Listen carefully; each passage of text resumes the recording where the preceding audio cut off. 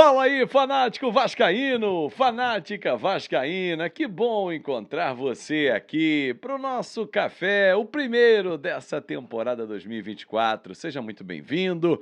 Vamos deixar o like? Então tá bom, mãozinha que tá aqui embaixo, que é super importante. Comenta, compartilha. O mercado começa a se agitar e o Vasco está de olho em alguns nomes. E eu vou trazer um nome aqui que o Vasco não está negociando, torcedor, mas eu quero ouvir, ou melhor, eu quero ler, porque eu ouvi muito nos últimos dias, o que você pensa sobre Everton Ribeiro.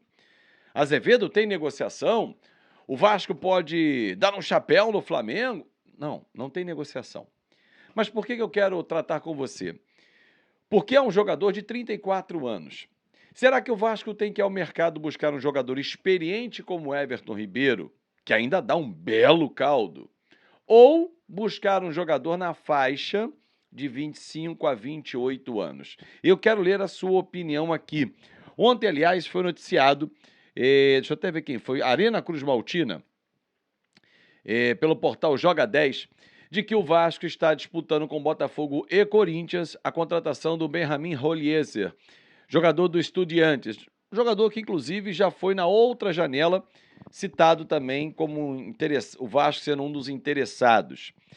Fato é, torcedor, que o Vasco vai buscar um meia. Ah, significa que o Paê vai embora? Não tem nada a ver com isso. Nada a ver com isso. Mas sim um jogador para ajudá-lo e também o Paulinho. A temporada é longa. Ela vai começar com o Campeonato Estadual, depois tem Copa do Brasil e Campeonato Brasileiro. Então, um atacante lado de campo será contratado. Será Eduardo Vargas? Não sei. O Vasco não procurou o Atlético Mineiro ainda para negociar. Teria procurado os representantes dele primeiro, mas jogador de 34 anos também, não tem feito boas temporadas no Galo, as últimas duas não foram boas. Não sei se seria esse jogador. Não me parece ter o perfil. Do que entendo de perfil da 777, do Alexandre Matos, jogadores como Eduardo Vargas, Everton Ribeiro, nessa faixa de 34 anos, não teriam espaço no projeto Vasco da Gama. Vamos aguardar o que vem por aí. Eu vou seguir falando muito sobre o mercado vascaíno, mas antes eu quero falar sobre o mercado esportivo, claro, as apostas com a KTO, onde a diversão acontece, temporada 2024, votos renovados, contrato de pé e com dicas para você. Tá vendo aqui, tem o meu cupom aqui, ó, Azevedo, para você chegar e já deixar o seu primeiro depósito e ganhar 20% de bônus logo na sua entrada. E olha, tem Copa da Itália hoje, tem La Liga, tá vendo aí, ó? La Liga, já tem bola rolando hoje. Mas Azevedo, dia 2, exatamente ontem, teve Premier League. Não tem conversa não, campeonatos europeus, ó, seguem, alguns param por conta do inverno rigoroso, datas que vão espaçar um pouquinho mais, a própria Premier League vai ser assim, mas na KTO tem diversão garantida para você, então não perca tempo, KTO.com, se você dá aquela moral pro nosso canal, curte uma aposta esportiva com responsabilidade, KTO é a dica do pai, não esquece o meu cupom Azevedo. Vambora? Bom, antes de eu seguir falando com você sobre o mercado que o Vasco está mapeando e o Alexandre Matos, silêncio, segue trabalhando.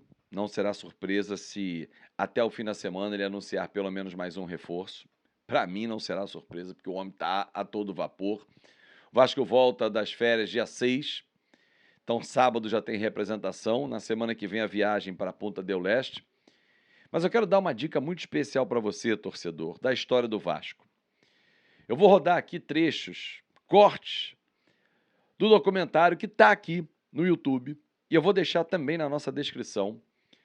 Documentário escrito e comandado pelo grande jornalista Marco Antônio Rocha, vascaíno, que fez homenagem ao pai dele e ao filho, às gerações. O vascaíno é isso, é passar de geração para geração. A força de um gigante. É o tema desse lindo documentário que eu tive o privilégio, o prazer de assistir no Ano Novo. Recomendo para você. Vou botar alguns trechos importantes aqui, porque ele conta a história do nosso Vasco lá atrás, no século retrasado, quando nós fomos obrigados, o século passado, perdão, quando nós fomos obrigados a sair do campeonato do Rio de Janeiro por questão de preconceito, quando nós demos a resposta histórica, o nosso timaço, o nosso Expresso da Vitória, o lendário Barbosa, enfim, É uma delícia você assistir quase 1 hora de história do Vasco da Gama, escrita pelo Marco Antônio Rocha, contada por personagens como Martinho da Vila, Tereza Borba, filha do lendário Barbosa, dos maiores goleiros da história do Brasil e do Vasco, com certeza, e leva o nome CT Moacir Barbosa, e Paulinho da Viola. Então vou colocar aqui alguns trechinhos para você já saborear o que você vai curtir. Depois que você assistir o nosso vídeo, separe aí 1 horinha do teu dia e divirta-se e mergulhe na nossa história. Time de botão, você já jogou botão?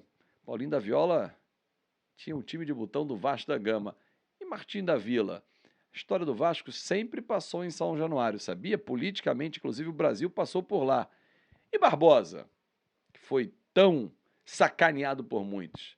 Se liga nos cortes que eu trago para você aqui, com a permissão da galera da Mar Filmes, que produziu esse lindo documentário do Vasco da Gama. Eu sei de cor o time do Vasco, porque os meus botões a gente jogava, ou era botão de coco, que a gente fazia, todo mundo sabe disso. E colocava o nome, ou então, mesmo sem colocar o nome, tinha as posições, a gente sabia quem era o Friaça, quem era o Maneca, o Ipojucan, o Ademir, o Chico. E é claro que você ia falando, né? Mandou a bola para não sei quem agora para não sei quem vai chutar. Aí prepara, aí o cara lá ajeitava o goleiro era uma caixa de fósforo, né? E botava chumbo dentro, botava peso dentro para fazer a caixa de fósforo, né? E quando você conseguia colocar a bola por cima do zagueiro ou por cima do... Era uma vibração só, né? Gol de Ademir. As pessoas falam, Barbosa carrega a cruz do Calvário.